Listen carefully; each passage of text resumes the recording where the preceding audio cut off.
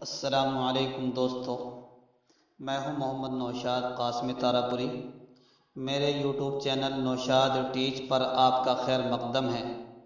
آپ سے درخواست ہے کہ اگر آپ نے ابھی ہمارے یوٹیوب چینل نوشاد ٹیچ کو سبسکرائب نہیں کیا ہے تو جلد از جلد سبسکرائب کر لیں اور گھنٹی کا بٹن بھی دبا دیں تاکہ ہماری ہر ویڈیو آپ کے پاس پہنچتی رہے۔ پسند آئے تو شیئر کرنا نہ بھولیں۔ اگر کوئی رہنمائی مطلوب ہو تو نیچے کمنٹ باکس میں کمنٹ کریں۔ آئیے آج سبق شروع کرتے ہیں۔ آج میں آپ کو بتانے والا ہوں کہ لکھائی یعنی تحریر چھوٹے بچوں کو کیسے سکھائی جائے۔ لکھنے سے متعلق میں آپ کو بہت ہی اہم معلومات دینے والا ہوں۔ آپ لگاتار ہماری ویڈیو دیکھتے رہیں، انشاءاللہ بہت جلد اچھا لکھنے والے اور ایک اصول پسند کاتب و استاد بن جائیں گے۔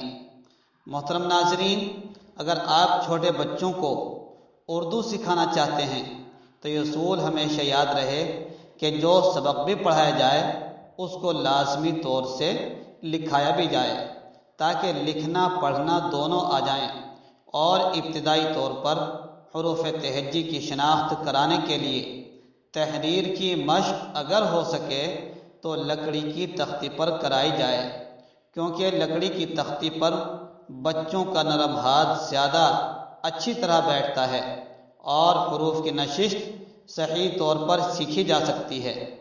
آج مدارس و مکاتب اور اسکولوں سے تختیوں کا رواج ختم ہوتا جا رہا ہے، جس کی وجہ سے بچوں کا املا اور رسم الخط صحیح نہیں ہو پاتا۔ اس لیے اگر ہو سکے تو اس طرف خصوصی دھیان دیا جائے کہ ہر بچے کے پاس لکڑی کی تختی ہو۔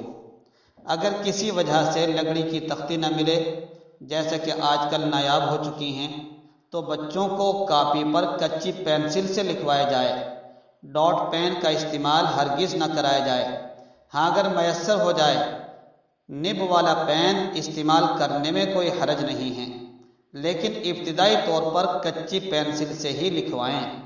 لکڑی کی تختی پر لکھائی کی مشق اس طرح کرائی جائے کہ استاد پڑھے ہوئے حروف اور گنتیاں تختی پر پینسل سے جلی اور روشن کر کے لکھ دے اور بچوں کو لکڑی کے قلم سے اس کی نقل کی ہدایت کرے۔ الفاظ و حروف کو عمدہ اور صاف لکھنے کے لیے ضروری ہے کہ لکھنے والے کے بیٹھنے کی ہیئت اور قلم کی گرفت صحیح ہو۔ بیٹھنے کا طریقہ یہ ہے کہ لکھنے والا لکھتے وقت اپنا دایاں گھٹنا کھڑا کر کے اس پر تختی وغیرہ رکھے اور بایاں گھٹنا بچھا کر اس پر بیٹھے۔ اپنی کمر بالکل سیدھی رکھے، اس میں جھکاؤ پیدا نہ کرے، کیونکہ کمر جھکا کر لکھنے سے ریڑھ کی ہڈی ترچھی اور بینائی کمزور ہو جاتی ہے۔ لیکن تختی یا کاغذ کو آنکھ سے تقریباً 1 فٹ کے فاصلے پر رکھے۔ قلم کو پکڑنے کا طریقہ یہ ہے کہ قلم کو بیچ کی انگلی پر رکھے، انگوٹھا اور اس کے پاس والی انگلی سے قلم کو بڑی نرمی سے پکڑے۔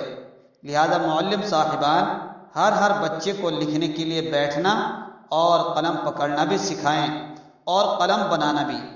محترم ناظرین، قلم بنانے کا طریقہ اور اس کی موٹائی کتنی ہو اور قلم کیسے پکڑیں، قلم بنانے کا طریقہ و بنیادی اصول کیا ہیں اور روشنائی کیسے بنے گی، کاپی پر لکھایا جائے یا لکڑی کی تختی پر، تحریر کے کیا بنیادی اصول ہیں، اگر تحریر سکھانے کے لیے کوئی کاتب استاد نہ ملے تو تحریر کیسے درست ہوگی، کاپی پر لکھنے کے اصول، نقل و املے میں فرق، نقل کیسے کریں، اس کو ہم اگلی ویڈیو میں بتائیں گے۔ آپ ہمارے ساتھ جڑے رہیں، تب تک کے لیے الوداع۔